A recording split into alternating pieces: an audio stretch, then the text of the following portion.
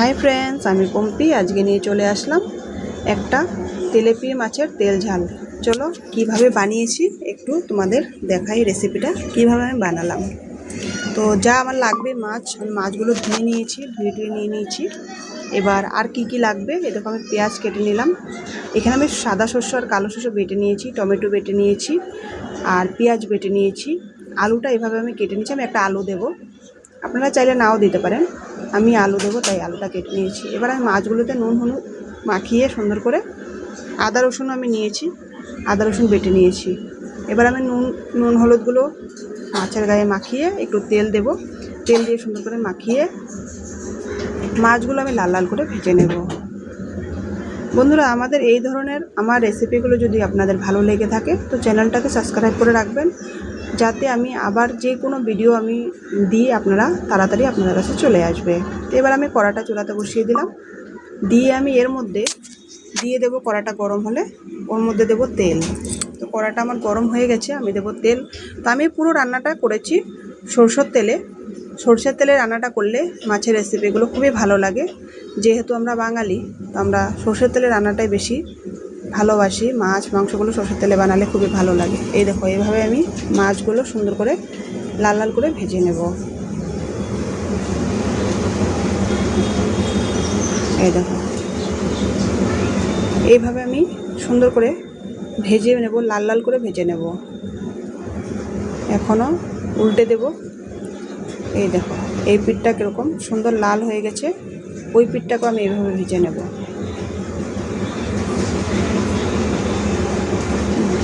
এইভাবে লাল করে ওই পিঠটাকে আমি ভেজে নেব। এবার মাছগুলো ভাজা হয়ে গেছে, তুলে নেব মাছগুলোকে। আর আমার মাছের মাথাগুলো রয়েছে ওগুলো একে একে আমি ভেজে নেব। এই দেখো মাছের মাথাগুলো দিয়ে দিচ্ছি, ওগুলো আমি ভেজে তুলে নেব সুন্দর করে। এই দেখো এইভাবে উল্টে পাল্টে এগুলোকে আমি ভেজে নেব। এবার ভেজে মাথাগুলো তুলে নিলাম। আর তেল কিছু রয়ে গেছে, তেলটা আমি কি করব, এতে আমি যে আলুটা আছে আলুটা ফ্রাই করে নেব। তার জন্য আমি আগে কড়ার তেলের মধ্যে দিয়ে দেব একটুখানি নুন আর দিয়ে দেব একটুখানি হলুদ, দিয়ে আমি সুন্দরভাবে আলুটাকে লাল লাল করে, লাল বলতে একটু গোল্ডেন ফ্রাই করব, একদমই লাল করব না, গোল্ডেন ফ্রাই করে আলুটা আমি এখান থেকে তুলে নেব। বন্ধুরা তোমরা চাইলে আলুটা নাও দিতে পারো, স্কিপ করতে পারো। তোমরা এইভাবেও রান্নাটা করে খেতে পারো, খুবই স্বাদের হয় রান্নাটা। কিন্তু আমাকে আজকে আমি আলুটা দেওয়ার ইচ্ছে হলো যে একটা আলু দিই, তো আমি একটা আলু দিলাম। নয়তো তোমরা এমনিও রান্না করতে পারো, তেল ঝাল খুবই ভালো লাগে, খুব স্বাদের হয়। রেসিপিটা একবার বানিয়ে ট্রাই করবেন, খুবই ভালো হয় খেতে।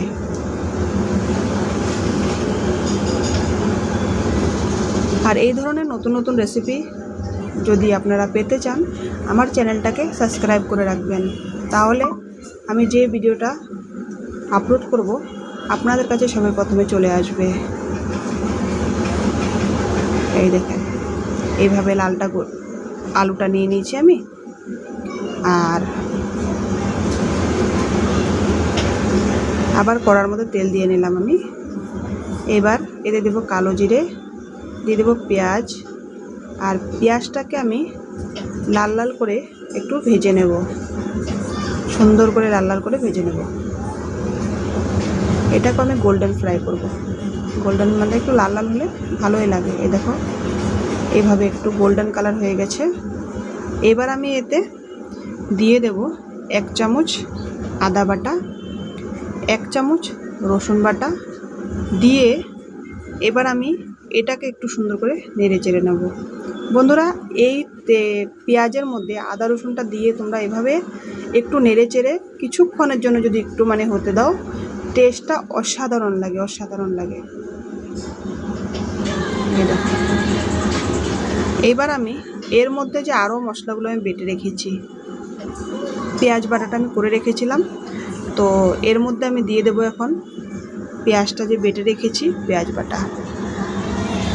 পেঁয়াজ বাটাটা দিয়ে সুন্দর করে আমি নেড়ে চেড়ে নেব, যাতে পেঁয়াজটাও সুন্দর করে এর সাথে মিলে একদম একটু এভাবে করে কিছুক্ষণ হতে দেব। তারপর আমার যা লাগবে, এতে কাশ্মীরি লঙ্কা পাউডার দিয়ে দেব, একটু হলুদ গুঁড়োটা দিয়ে দিলাম। দিয়ে এবার আমি টমেটোটা বেটে রেখেছি ওটাও দিয়ে দিলাম। দিয়ে এবার সুন্দর করে নেড়ে চেড়ে নেব। এইভাবে সুন্দর করে আমি নেড়ে চেড়ে দেব।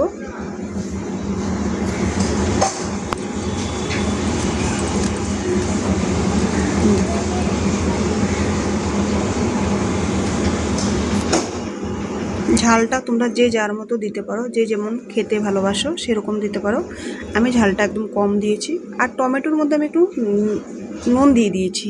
নুনটা দিলে টমেটোটা তাড়াতাড়ি সিদ্ধ হয়ে যায় আর খুব ভালো মানে সেদ্ধ হয়ে যাবে। এখন সুন্দরভাবে দেখো এইভাবে আমি হতে কিছুক্ষণ রেখে দেব।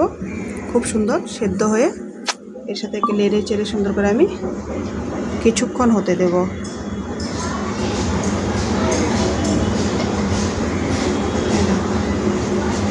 এইভাবে হচ্ছে। এবার বন্ধুরা আমি এর মধ্যে একটু জল দিয়ে দেব, কেননা মশলাটা যদি নিচের দিকে পুড়ে যায় তাহলে কিন্তু ভালো লাগবে না। তো আমি একটু জল দিয়ে কিছুক্ষণ আরও এটাকে নেড়ে চেড়ে দিয়ে হতে দেব।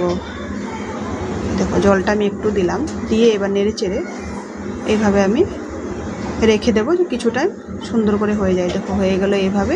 আমি তেলটা খুব কমই দিয়েছি বন্ধুরা, তোমরা যে যেমন দিতে পারো। এই শস্য বেটে রেখেছিলাম সেটাকে আমি ছাঁকনি দিয়ে ছেঁকে দিলাম যাতে ওর ছিলকাগুলো না আসে।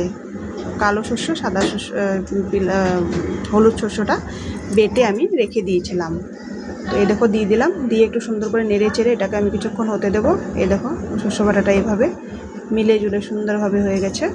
আর বেশি কিছু রাখতে হবে না, কারণ আগে আমি সাতলিয়েছি। এবার দিয়ে দেবো একটু জল, দিয়ে আবার সুন্দর করে নেড়ে চেড়ে দেবো। জলটা তোমরা ঝোলটা তোমাদের হিসেবে রাখতে পারো যে তোমরা কেমন খেতে ভালোবাসো।